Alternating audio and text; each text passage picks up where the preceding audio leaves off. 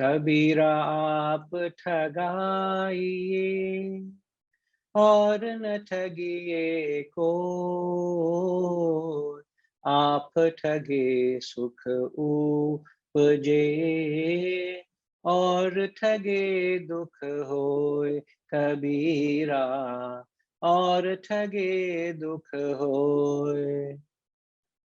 कबीरा आप ठगाइए और न ठगिए कोई, आप ठगे सुख उपजे और ठगे दुख होए कबीरा, और ठगे दुख हो। Gayatri, just close this just for a minute. Now, just to draw that connect from last week, what we said, I said the importance of dry docking. The dry docking exercise is exactly what we spoke about last week. In conclusion, the urgency is to step up the efforts so that you do that early morning reflection. Remember, we spoke about it. So dry docking is compared to that exercise which you got to do every day. You withdraw yourself away from the world and you do reflect on these ideas, which prepares you for the rest of the day. So an hour a day takes care of 23 hours rest of the day. Me says that 23 hours, I'm not active 23 hours. There are 6-7 hours I sleep. It also takes care of your sound sleep. A disturbed mind cannot sleep. So you look at it, just like you invest half an hour or to an hour of exercise a day, it takes care of your health. The whole day becomes energetic and bristling with life. But if you don't exercise, the whole day becomes morose, very inactive, dull. All right. So I hope, Sriniji, you did last week. Huh? I don't want an answer for that. I got the answer already. Yeah, Gayatri Ma. The noble nature. I'm not talking of serious nature here. Noble nature is the next translation of the next doha. Kabira aap thagaye aur na thagaye koi. It's better to be cheated than to cheat. I wouldn't take it literally, but there's a subtle indirect message he is talking here. It's better thagaye, thagiye. So the word means it's better to be cheated than to cheat. One who is cheated finds peace, but one who cheats will suffer. Aap thage sukha upuje aur thage dukh hoye. You go about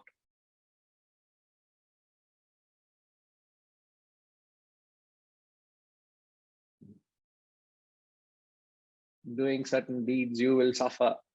One who cheats will suffer.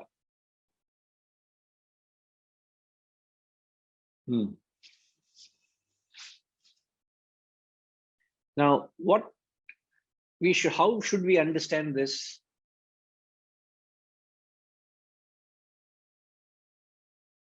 What do you make sense of it?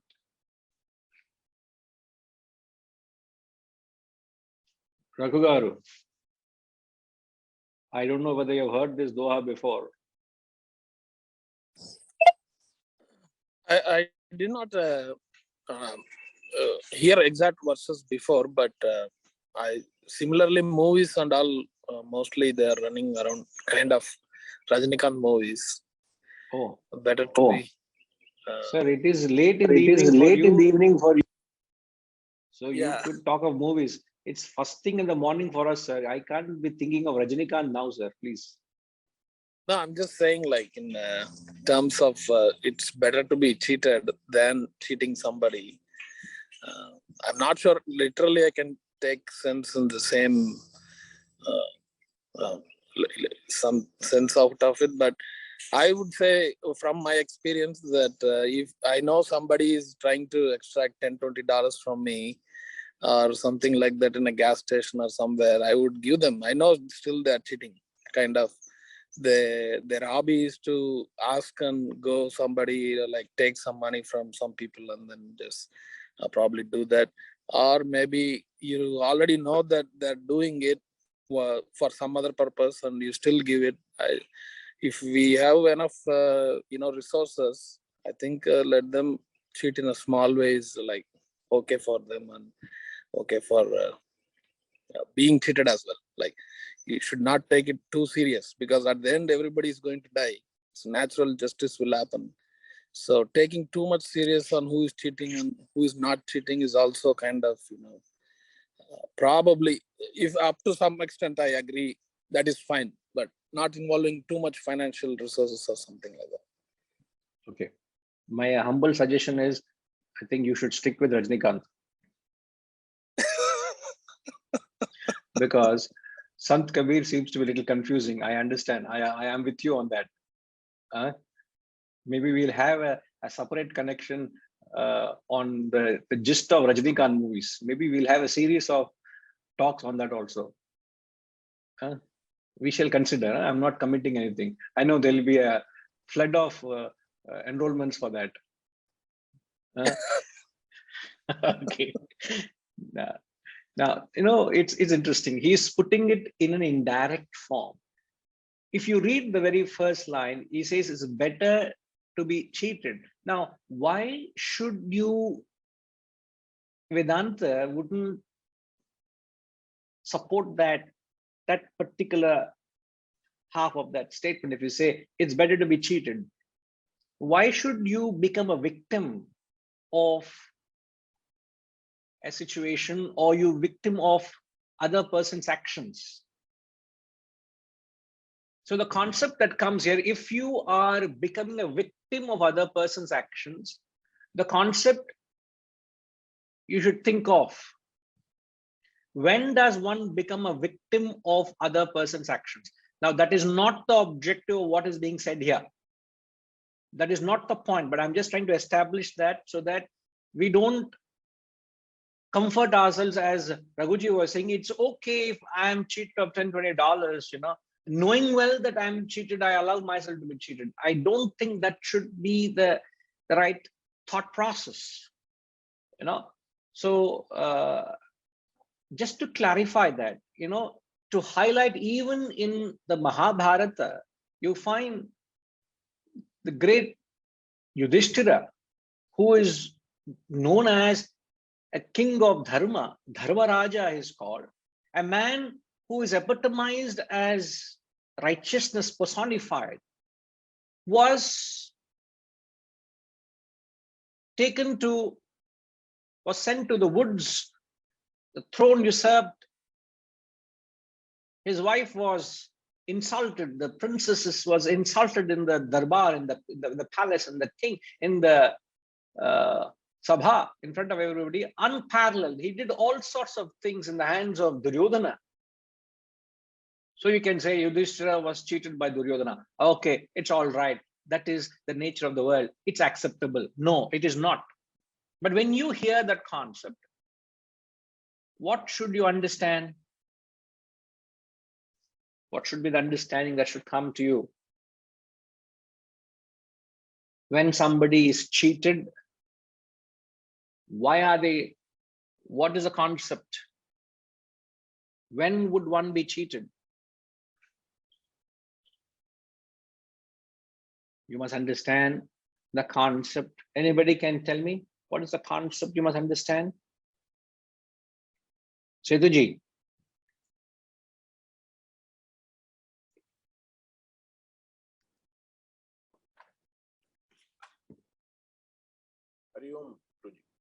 Hari Om, sir. I understand I become a victim when my intellect is weak compared to mind. So mind is dominating. So people take advantage of me. I get into transactions where I don't use the intellect. All right. Yes. But to be more specific here, I quoted Duryodhana and Yudhishthira. So there are many more Duryodhanas in the world than Yudhishtiras. So what concept comes to the forefront when you think of Duryodhana and Yudhishthira? We have to strengthen the intellect, and we have to protect ourselves. Correct. Your concept is right, but what are the two terms that come to the forefront? You're right. Your thinking is right. Only when you operate on the intellect, you protect yourself from. Yeah. We can't avoid them. World is lot of Duryodhanas are there, and we have to face them. Face them, yeah. You face them, but you would know how to deal with them. Yeah. So none other than Lord Krishna knew how to deal with Duryodhana and company, isn't it? Yeah. Arjuna couldn't deal with it. Yeah. The Pandavas couldn't deal with it. They suffered. So the concept which comes to the forefront is the concept of aggressive vis-a-vis the passive, which is exactly what you said, the intellect. We ought to operate on the intellect. So what you must understand is the aggressive bad will control and influence the passive categories. The aggressive people will influence and control the passive. Duryodhana is aggressive bad. Yudhishthira and company were passive good. So the aggressive will influence the passive. So what is the use of your goodness if it doesn't protect you from the world? So you need to understand the difference from passive good to aggressive good. And aggressive good is Lord Krishna.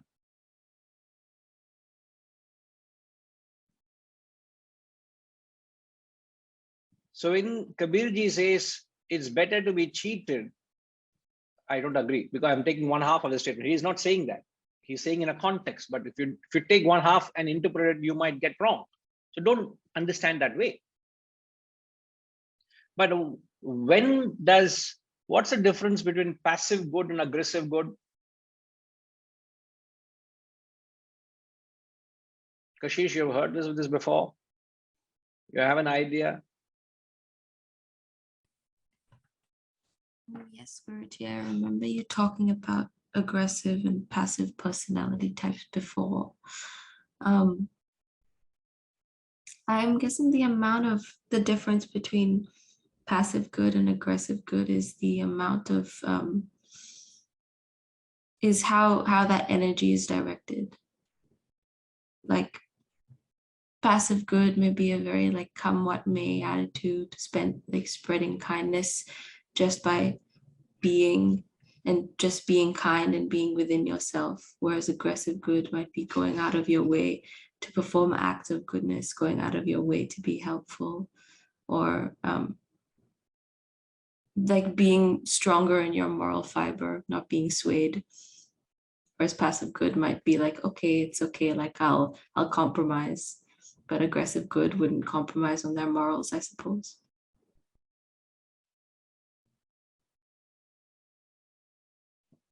One thing I've learned from you today, what you said is moral fiber. I never heard of the terminology. So you said moral fiber. Okay, that's a new thing. Apart from that, Kashish, the quintessential difference between a passive and aggressive good. A passive person operates predominantly on the mind. Mm. An aggressive person predominantly operates on the intellect. Understood. Mm. So you are influenced into a particular way of life because of culture, tradition, value systems you have been exposed to.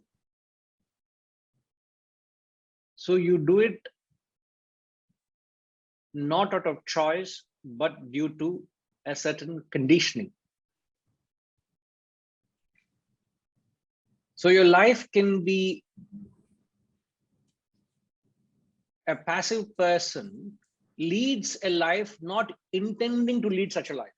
That's the point you got to note. When we say a passive, good or bad, a person leads a life a particular way, which because he has been influenced by a certain environment, upbringing, culture, value systems, that he lives that life not intending to live life. So doesn't make a choice, conscious choice to live a life like that. For example, if I have lived in a family who have been very charitable, who have they've been a resourceful family, but they have lived a life of charity. Let's say if my grandparents, if I have seen my grandparents and parents doing charity, it could be doing some annadanam or doing some kind of charitable activity, setting up a banner under which a certain activity is done. And if I have been seeing that action, that act being done, it becomes a sort of a tradition to carry on that which has been done by my forefathers.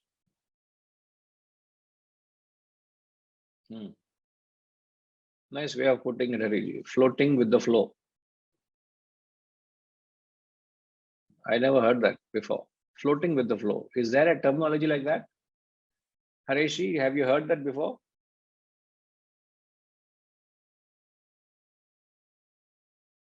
You go with the flow. That's what I know what you're getting at, Hareshi. So you go with the flow. Yeah, huh? Swimming. Yeah. Oh, it's a swimming. Okay. No Yeah. wonder I don't know. That's my paradharma. So anything paradharma, I won't know. Sorry. Okay. So you go with the flow. So you don't it's the waves that draw you somewhere. You take you somewhere, but you're not intending to go there. So you lead a life which has been set into motion by others, not decided necessarily by you. So I may be doing a certain activity, not intending to do.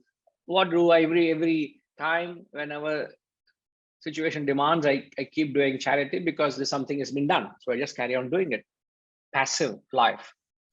And that could be leading towards bad or good. Gayatri Ma, can you give an example of passive bad? Yudhishthira himself. Passive bad. Oh, sorry, passive bad. No. Passive bad No. is even after knowing something is going on, or if mentally you are thinking something bad but not doing it internally, is passive bad.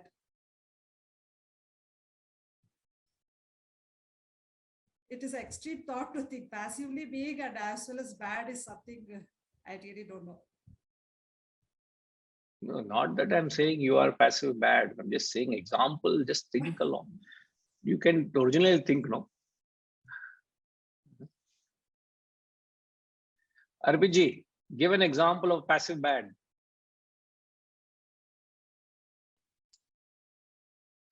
Someone who doesn't really intend to live, or she doesn't intend to live a bad life, but they are living a bad life, and they just kind of continue to go along with it. So I'm not thinking, but someone who maybe gets caught up in gambling or something like that, doesn't really have that, doesn't intend to do bad, but it is something bad. It continues to He just kind of goes, as opposed to a crime boss who's running, you know, many gambling rings and is making all this money and who's aggressively going after. This person just kind of fell into it and just kind of goes with the flow, doesn't change his life, gets caught up in it, and lets his mind just kind of continue to carry him along the way. Correct, correct. So gambling could be one such example. You are you're exposed to that kind of a life. I had noted that whenever I did end up going to Genting in Malaysia, one of the biggest casinos in Southeast Asia, ended up going because it had other well, a theme park and one of the tourist spots. So whenever somebody visited you, you were obliged to take them there, and some of them have not seen a casino, so you are okay. Come, let's go in. You just go around, walk in, and come out. You know, just as a tour, you just see that. And I have very vividly remember seeing. In fact, the entire Muslims obviously not allowed to do that, even in a Muslim country. It is owned by a Chinese, and 90% of the Chinese community there, 90%, over 90%. And I very vividly remember, obviously kids of a certain age are not allowed. So the kids and their maids or caretakers, they used to be waiting for their parents or someone inside the gambling, and they're waiting outside the casino. For hours together, they're waiting, sitting there just for them to come. So where have you taken your kids from their young age? You have not taken them to a temple, church, or a mosque. You have taken them to casinos and theme parks and malls. So all that they've seen is this life. So as they grow up, they don't think it's anything wrong to go to a casino, because that's what they've seen. That's what they've known. So they don't analyze or scrutinize their action, but they continue to live a life which has been set into motion by others. That life is called passivity.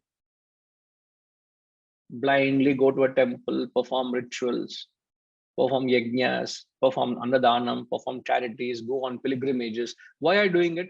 Oh, I have done it with my parents. I've seen my uncles, aunts, my friends, everybody doing it. I also do it. Passive life. All right, Sai, you're following, Sai?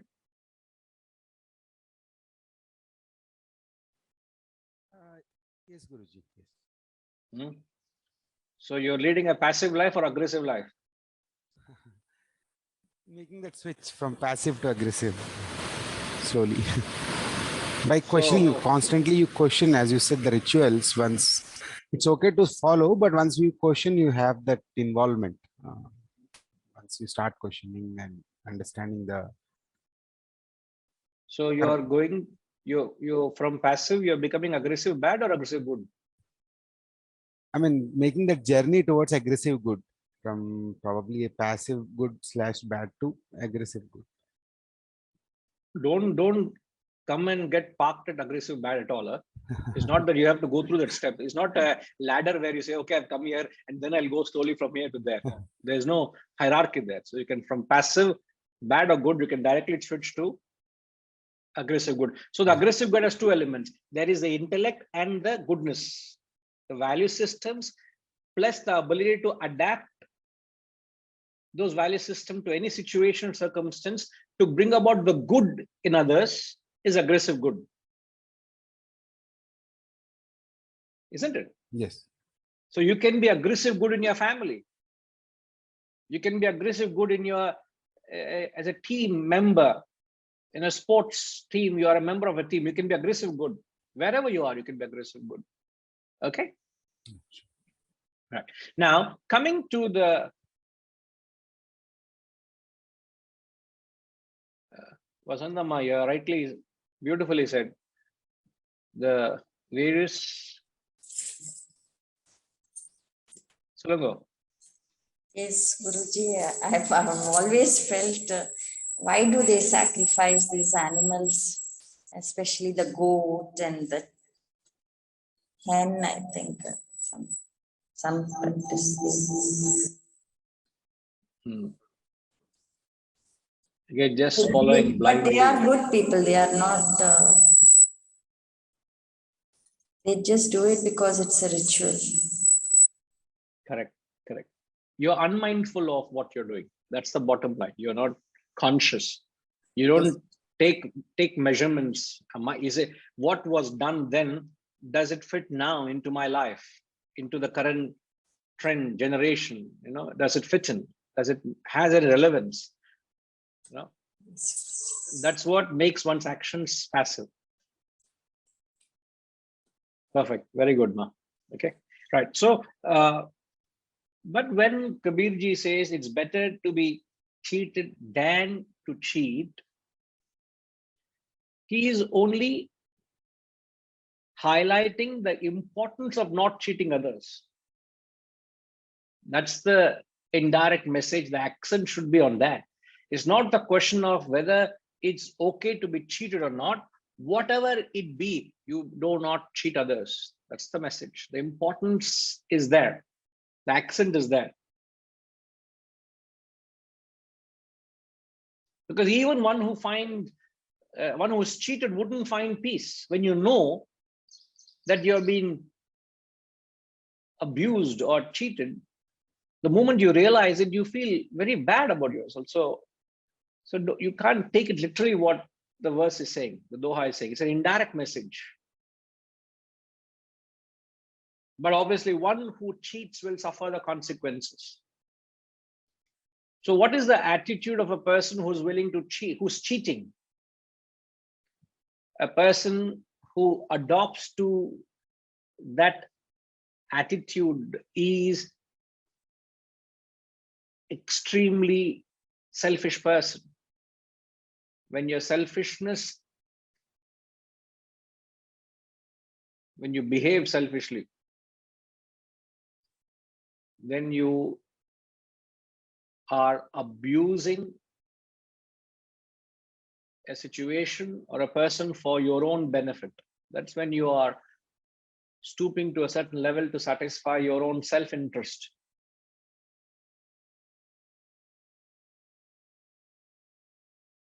Thiruvalluvar says, I don't know the exact quote, but the English translation I have, he says, if you harm your neighbor in the morning, the same harm will come by itself in the evening to you. So it will come back to you. If you harm your neighbor in the morning, it will come back in the evening.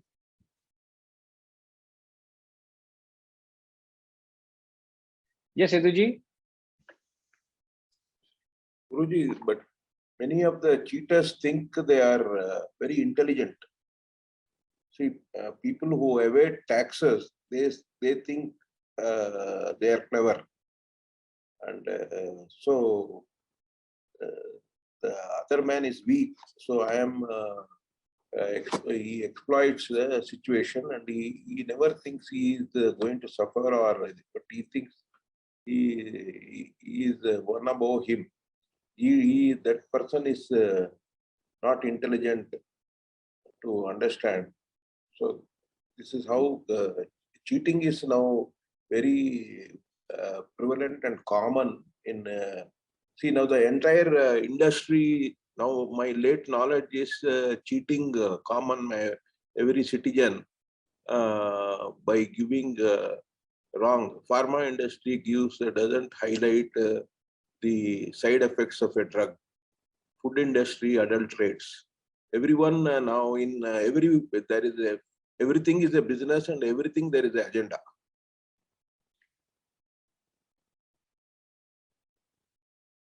So if the person is passive and weak and not intelligent, others want to exploit, and they think they are intelligent. No, you're right.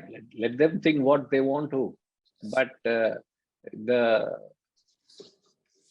they would never be comfortable. You and I know The moment you live a selfish life, and how do you know a selfish life? Where there is lack of sacrifice. Wherever there is lack of sacrifice, you're selfish. If I am not sacrificing my time, energy, resources for the well-being of my family, I am a consumer, I'm a taker. I'm selfish. Rather than being how selfish you are, how much you're sacrificing, you understand that way. So a person who is consuming, who is selfish, he will not be at peace. He may think he is too smart to exploit others, but his own conscience will not give him that mental peace or security. This is the immediate consequence, the price he pays for not being truthful or sacrificial. So I can't imagine to what extent people are living in that insecurity or fear or sin. They're committing a sin. The degree only is what that matters. Everybody is living a life of sin. I am living a life of sin to the extent I am not sacrificing, because I am selfish.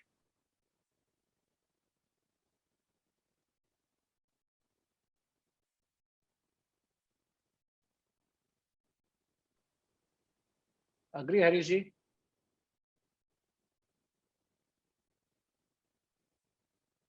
Hari Om Guruji.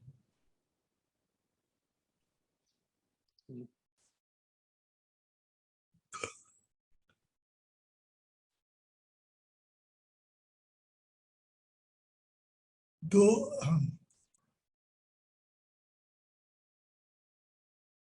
Go ahead, Ji.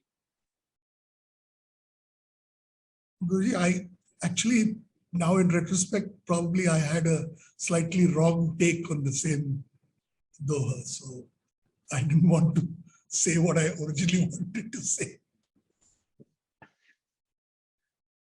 But you agree to what that is trying to be brought out? Yes, Guruji.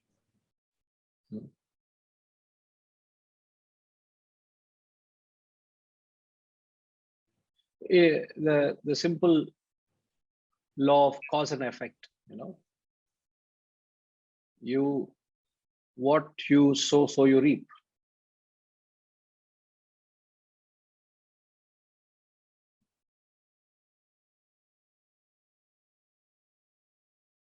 Is exactly like saying, in the Gita chapter 3, it is said, it's better to die in Swadharma than being successful in Paradharma.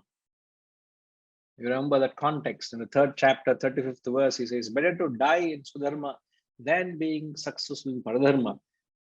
When he says that, it doesn't mean you must die in Swadharma. He's only highlighting the importance of being in Swadharmic activity and not getting into Paradharmic activity. So the language has to be interpreted. It's an indirect sense, he's saying. So it's better to be cheated than to cheat. In that sense, he says, don't get to that path where you abuse your position or power or situation for your own benefit. Don't be selfish. Don't be self-centered. Any comment, Harishji? No, I think Paradharma, Swadharma seals the argument. Okay.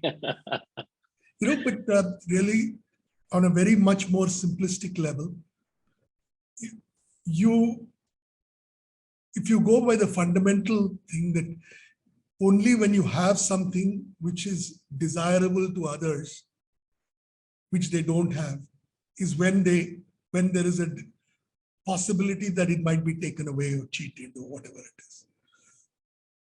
And the other side, that anybody who cheats, generally there is a lack of something which leads to that action. So, but having been cheated, there could be some persons of that category who still are equanimous about it because they're not attached to that particular thing or whatever it is. So, whereas there is nobody who cheats who doesn't have a lack. So in terms of pure probability, there is a chance of the cheated being at a higher level and, of attack, of whatever evolvement than the cheater, because the cheater definitely is at a lower level. Correct. Absolutely. No, I just to extend and perhaps clarify it in its entirety. We are talking of one who leads a life of being selfish. Now, what are the consequences of acting selfishly? Beware, there is that element of selfishness in each one of us, because nobody is entirely selfish, nobody is entirely unselfish, nobody is entirely selfless. So there is a percentage of selfish, unselfish, and selflessness in every individual. What is the difference is degree? So the question is, what are the consequences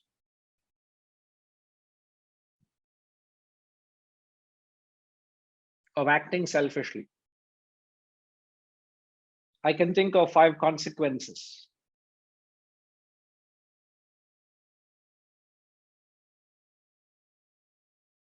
One who acts selfishly, one who adopts an attitude to cheat others, to abuse others. There are 5 consequences.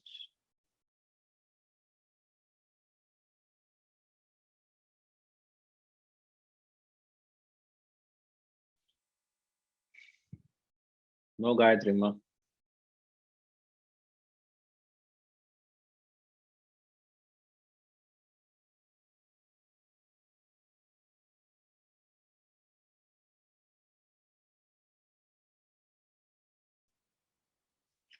The first is when you act selfishly, it creates mental agitations. The immediate effect of a selfish or negative thought, you suffer.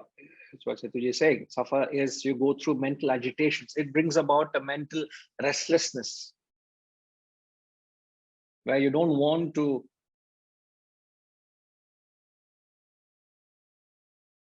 it's your destructive nature that causes mental insecurity, mental agitations. You got to relate these two, connect the two. So when you're selfish, you're insecure. It causes, you go through hell, mental agitations. Second, when you are acting selfishly, you do not enjoy the process. The process becomes very troublesome.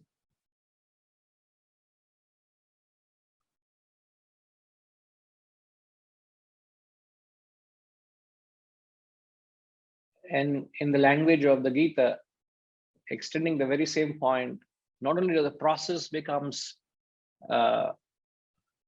difficult, the fruits of such action is you eat sin. Remember, in the Gita, we learn those who cook for themselves eat sin. So when you cook, you are expected to share it with others, not for yourself. When you don't share it with others, you're eating sin, he says. Yes, Raghugaru.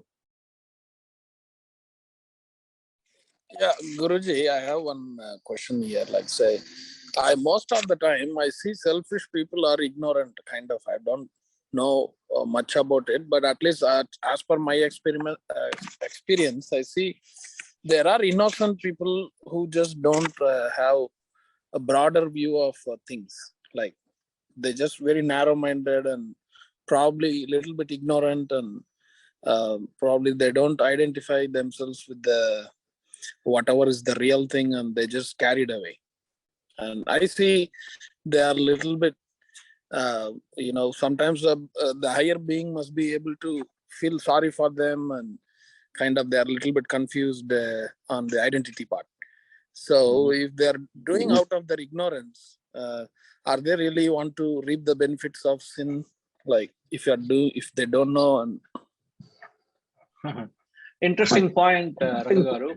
But my comment is ignorance of the law doesn't excuse you from its consequences.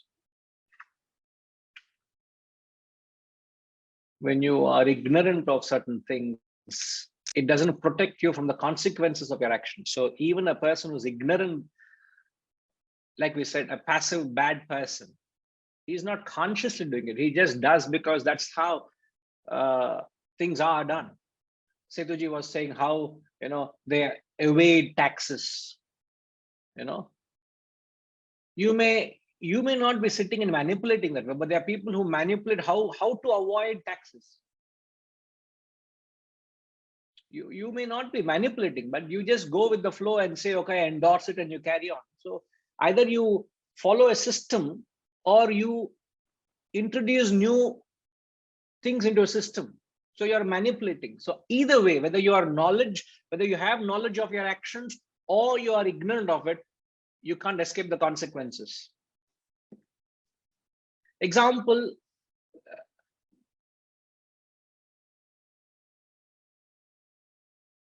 what's the example you can give? Ignorance of the law doesn't protect you from its consequences. What's the example you can think?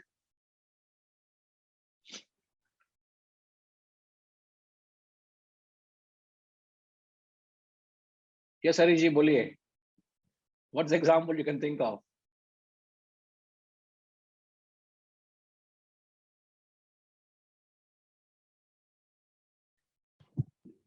Was it me, Guruji? I'm sorry. Hari Om.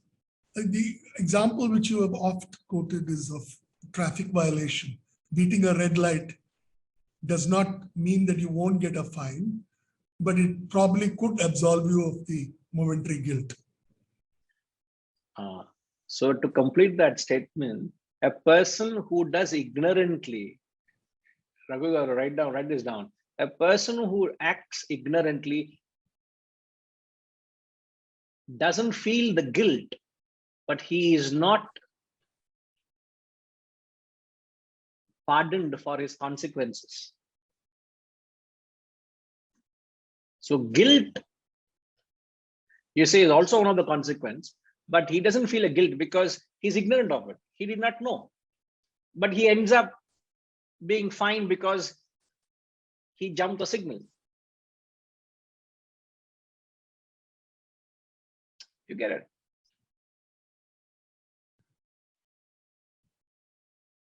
Yes, Hariji, boliye. Solango. But that doesn't come under the category of cheating. If I didn't know that I should not cross the red light and I have crossed, okay, sure, I will get fined, but that doesn't come under the category cheating. No, we are only talking about an action, where we said we are ignorant of it. That was the question I cannot which cheat. Raghu has asked. So I cannot cheat if I am ignorant. If I am ignorant that I have to pay a tax in the US when I go due to some reason and I don't pay, I will what be will fined. The tax department say? Okay, my dear, I understand you did not know. Now you better know. Yeah, but sure. You pay fine this time. Sure. So what that ignorance does is only protects you from guilt. That's because you have not done it intentionally. That protects you. But to me, that is a bigger fine than the dollar that I will be paying as a fine. because that guilt feeling will kill me till the end of my death. That is bigger fine than the dollar or the pound that I will have to pay. Yeah. Okay. What is it that you're trying to bring out, sir, here? But I bring out that if I am ignorant, then I cannot be included in the category of a cheater. No, we are not saying you are a cheater. We are saying yet just because you're ignorant of it, it doesn't make your actions any less selfish. Sure. It is categorized as a selfish action. So whether you do knowingly or unknowingly, it is still selfish. Okay. The consequence, sir, I kept eating meat, let's say all my life, because all I ate meat in the form of a hot dog or a burger or a pizza topping. I did not know what these animals have to go through to satisfy my palate demand. You mean to say I don't face the consequences of the fact that I have caused harm to those creatures? I will. Mentally, I have been peaceful because I did not know what they go through. But the moment you go through and still continue to do, if I want a pure leather bag, in fact, the other day, somebody had gifted a beautiful leather bag with leather accessories. The first thing I had done is to find out, is it leather? It says pure leather. And I called them and asked, is it leather? Yes, sir, it's purest form of leather. I said, I'm sorry, I will not receive it. I will not use it because this is nothing but an animal product. And I know what, I may not directly know which animal had gone through that to get it, but animals are abused. They're killed to extract that skin because there's a market. I would be living in guilt the rest of my life to death. Every time I use the bag, I know it is from an animal. I don't want to use it. And I've not even opened that bag. It's still lying there in the house to be collected. Gayatri Ma. Just fine, because she was coordinating it to be picked up. I may be ignorant of it, but you mean to say I will not face the consequences? I will face. So ignorance of the law of Agaru will only protect you from guilt, but it will not protect you from the consequences. The consequences of paying the price for that act. But when you know and you do it, you feel guilty.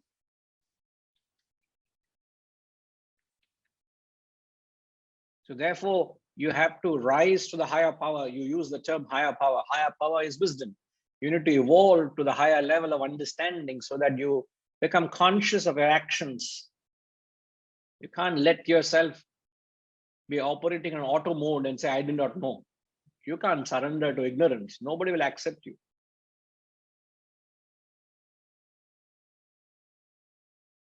Yes, Tinkima. A child does not know for many years. Will he also suffer the consequences of eating meat, wearing leather shoes to school, etc.? Yes. Ignorance. If a child goes into the kitchen and touches the hot pan, will the fire pardon that innocent child? Or will it burn equally as you do if you had to touch that same pan?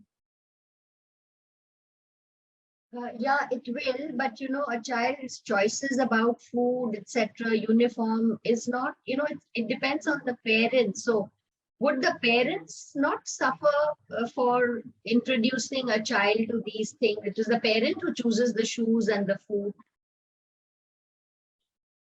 A child will never say, I want to eat non-veg unless exposed to it.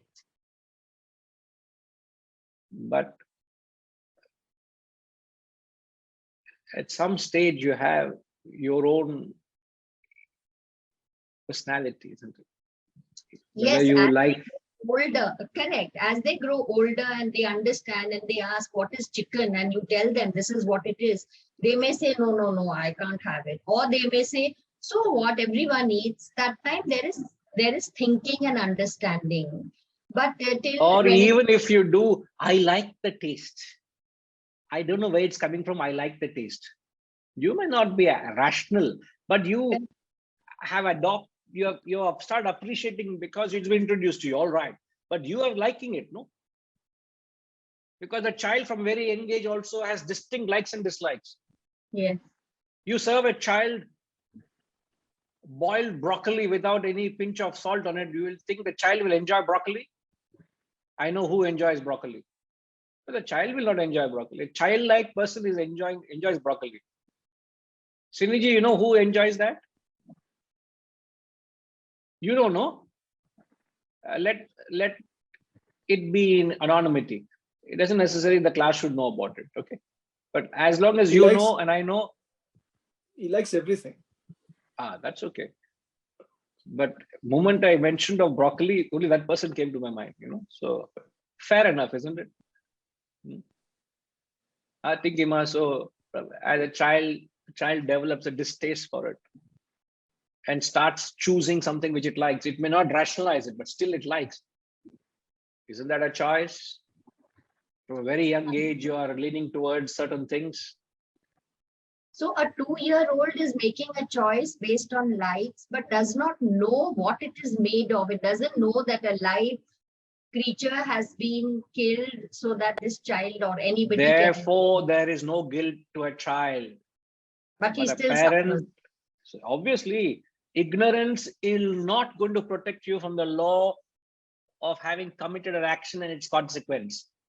Even a toddler were to touch something hot by accident, it will mercilessly burn that child.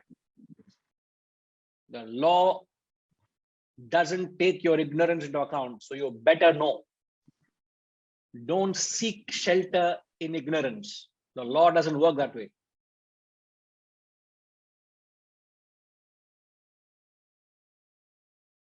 If a child were to slip or fall off from the cradle, the law of gravity will work in the same, isn't it?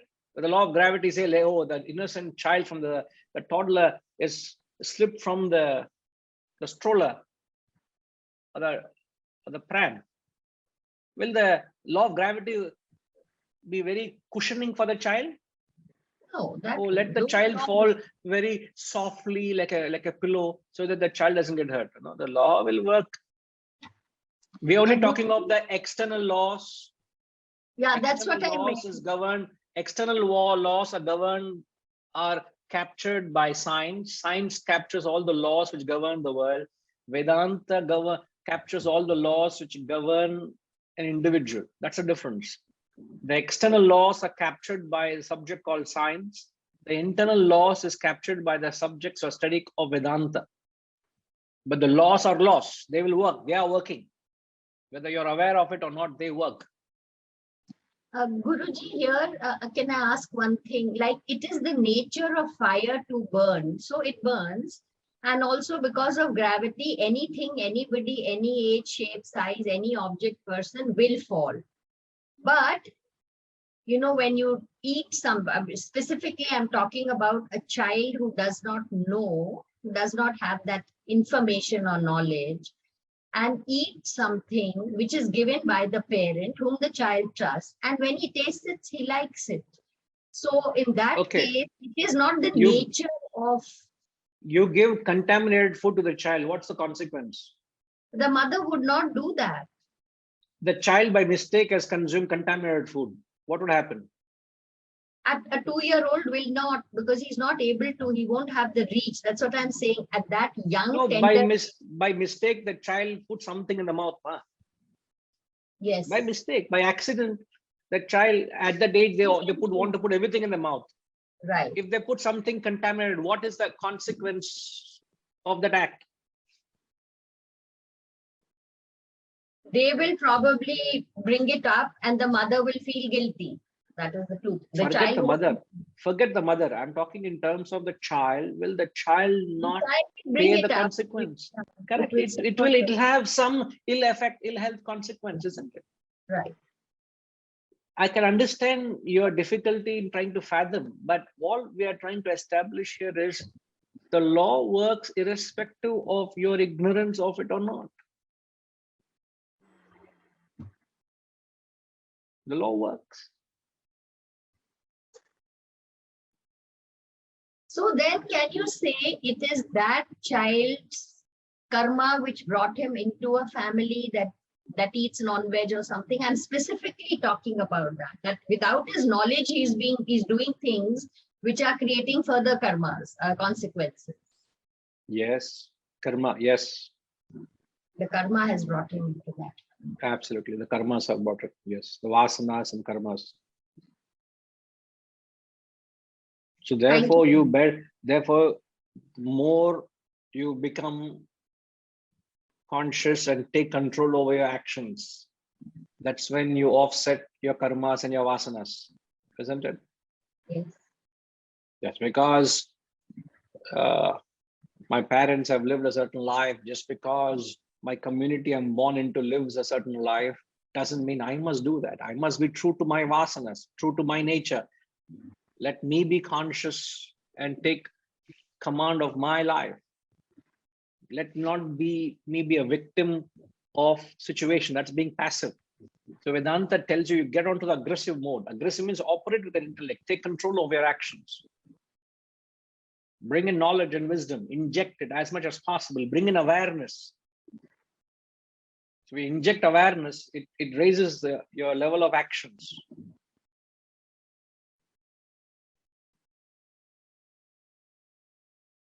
All right, ma. Now I took an example of not using anything made of leather. Now, does that level of awareness inject into you and they take that same course of action? Would you take immediate action, start jumping? I said, oh my God, I don't think I should continue to do that. Would you do that?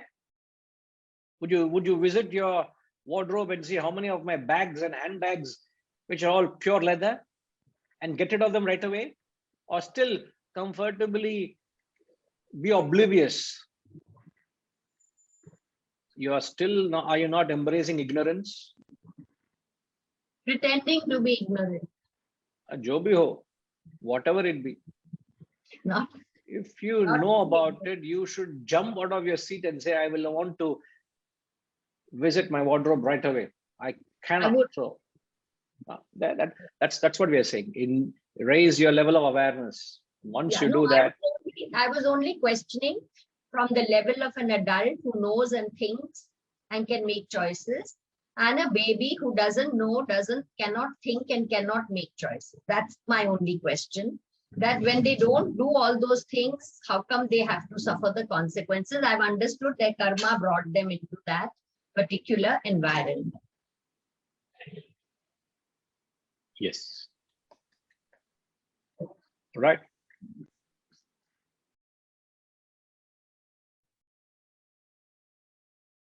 So the consequences, I'll just briefly mention it and we'll come back and revisit it. First, we said it creates mental agitations. It also, you don't enjoy the process. It compels you to commit sin. Point 3, it incapacitates you. A selfish action incapacitates you because an agitated mind cannot think. You cannot act. In extreme frustration, action becomes impotent. Extreme agitation, you can't like extreme when the music is too loud, you can't bear that sound anymore, isn't it? So when your actions are selfish, the agitations are so intense, your intellect gets clouded, your actions become impoverished, impotent as a consequence of selfish action. For moment you act selfishly, selfish actions creates further selfish thoughts. It creates further selfish impressions. So it creates a ripple effect of selfish thoughts within your mind. Ultimately, the 5th point is selfish actions destroys you.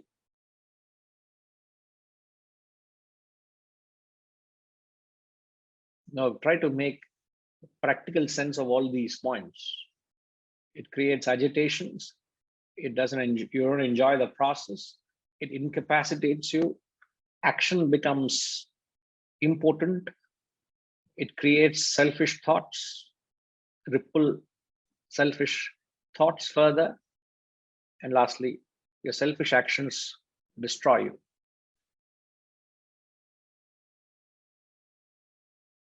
So therefore, make the choice where you don't abuse your position and let your selfishness not come to the surface. Seduji? Guruji, by this, I feel this pandemic and climate change are all the consequences of the humanity being too selfish. But that is the fine we are whole world is facing. Absolutely. So the list is too long, sir. There's so much that's happening out there. All we need to find out, how am I contributing to it? Am I contributing as a problem, or am I contributing as a solution? In one small way, in my own little way, am I a solution or am I a part of the problem? You may say, what my little action can do to the whole world. Without thinking that way, am I a solution or am I a part of the problem? Or am I a problem myself? If each one thinks that way, there's a solution, there's a movement that's created. That's how everything starts with a spark, isn't it? So if there is abuse of a certain industry, am I in any way contributing to that? If there's climate, if there is harm done to animals, whatever, in what way am I? Go into your wardrobe and take a stock. How much is pure silk? How much is pure this and that? So you get an idea. I will not be a contribution to that. I will not be a part of that from now on. At least from now on. What you have done is done. Okay, sir. Yes, Harish? Guruji, I wanted to ask, so would it be correct for me to understand that my level or degree of my agitations is an acid test of how selfish I am? Can I use that formula? Absolutely. In a nutshell? Yes. Yes. So the more I'm agitated, the more I'm selfish. The less I'm agitated, the less I'm selfish. And if I'm not agitated, I'm not selfish. Yes. Okay. Understood. Because selfish, you'll never find a person who's unselfish, who's unhappy. You'll never find an unselfish person unhappy. You'll never find a selfish person happy. Okay. Almost take it as a challenge and go and find out. And experiment on yourself. Experiment it with a certain tests on yourself, and you'll know it exactly. Yes, Guruji. So the mental agitation is a direct reflection of the attitude you carry, whether selfish or unselfish or selfish.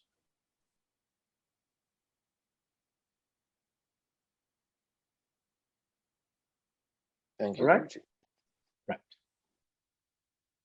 All right. We'll come back. We'll conclude with this. Thank you.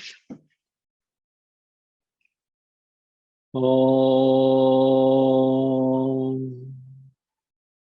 Purnamada Purnamidam Purnat Purnamudachyate Purnasya Purnamadaya Purnamevavashishyate. Om Shanti Shanti Shanti. Hari Om. Shri Gurubhyo Namaha. Hari Om.